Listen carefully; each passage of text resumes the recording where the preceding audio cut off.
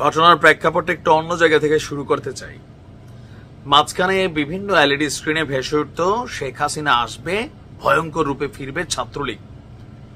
তো সবাই ধরে নিল যে এটা ছাত্রলীগ আওয়ামী লীগের কাজ, তারা এই কাজগুলা করতেছে। গতকালকে হঠাৎ করে একটা এলইডি স্ক্রিনের সিলেটের গোলাপগঞ্জে আসলো, চাচা হাসু আপা কোথায়? তো এইটা কি ছাত্রলীগ করছে? জীবনেও না। এইটা কে করছে? কথাটা কেন বললাম সেটার ব্যাখ্যাটা এই অংশের নিউজে এসা আপনারা অনেকটা বুঝতে পারবেন যে কেন বলছি। গেল 12ই ফেব্রুয়ারি দিবাগত রাত 2:30টার দিকে আপনার একটা ঘটনা ঘটেছে। এটা কোথায় আমরা যদি দেখি, নরসিংদীর রায়পুরায় বিএনপির কার্যালয়ে একটা হামলা ভাঙচুরের ঘটনা ঘটছে। কে বা কারা? একদল দুর্বৃত্ত। এখন দুর্বৃত্তদের পরিচয় কি?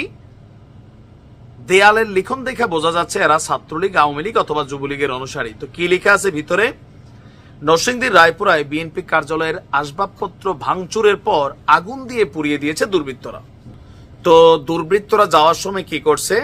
দেয়ালের ভিতরে কিছু লেখা লেখা গেছে, বিএনপি মরার জন্য প্রস্তুত হোক। নিচে আবার লেখছে জয় বাংলা। আজকের দিনে যে কোনো মানুষ প্রথম ধাপ এটা ভাই নিবে, এটা জয় বাংলা কার স্লোগান? আওয়ামী লীগের স্লোগান। এটা আমরা দিয়ে দিছি ভাগ কইরা। জাতীয় স্লোগান ছিল, আমরা ভাগ করে ফেলছি। যেমনটা নারায়ে তাকবীর প্রত্যেকটা মুসলমানের স্লোগান হওয়া উচিত, আওয়ামী লীগ সরকারের সময় এটা ভাগ করে জামাতরে দিয়ে দিছে।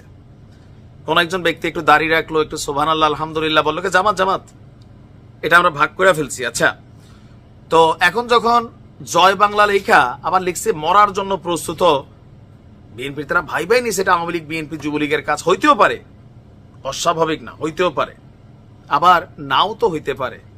কেন না হইতে পারে? ওই যে এলইডি স্ক্রিনগুলোতে এতদিন আমরা যা দেখলাম, আমার কাছে মনে হইতো আওয়ামী লীগের কি তার ছিঁড়া।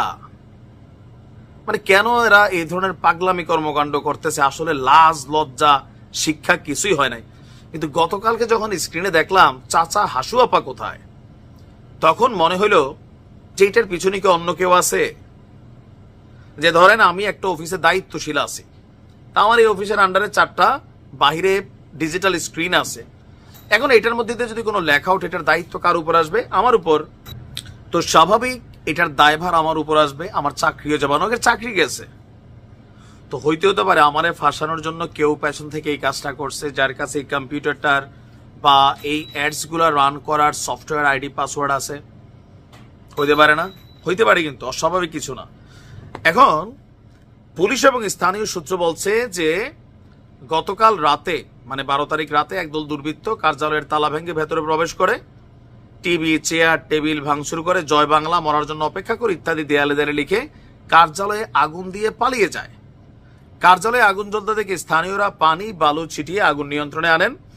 আর বিএনপির সভাপতি বলছেন যে এই ঘটনার সঙ্গে কারা জড়িত জানি না, তবে ধারণা করছি ফ্যাসিস্টের দোসররা এই ঘটনা ঘটাতে পারে। আমি ধন্যবাদ জানাই ওই ইউনিয়ন বিএনপির সভাপতি দানিশ মিয়ারে। কিছু কিছু জায়গায় আছে ধৈর্যই ছাত্রলীগ, আওয়ামী লীগ, যুবলীগ এটা করছে। দেখেন এখানে কিন্তু তৃতীয় পক্ষ কাজ করতে পারে, যে এরকম ঘটনাগুলো এখানে কে যে ঘটায় কে যে না। বাংলাদেশে এখন নানান ধরনের নানামুখী ষড়যন্ত্র চলছে।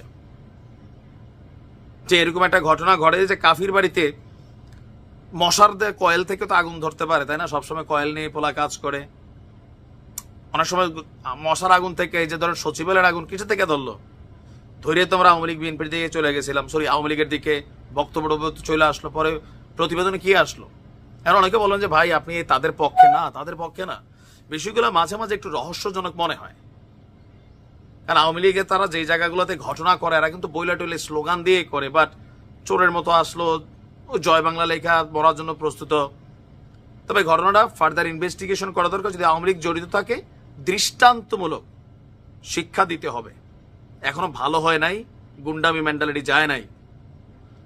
আর যদি অন্য কেউ জড়িত থাকে তাদেরকেও দিতে হবে, যে জাতির মধ্যে আরেকটা খেলা নতুন ভাবে চালানোর চেষ্টা চলতেছে। এরা কারা, এদের চেহারা চিনা দরকার। ভালো থাকুন।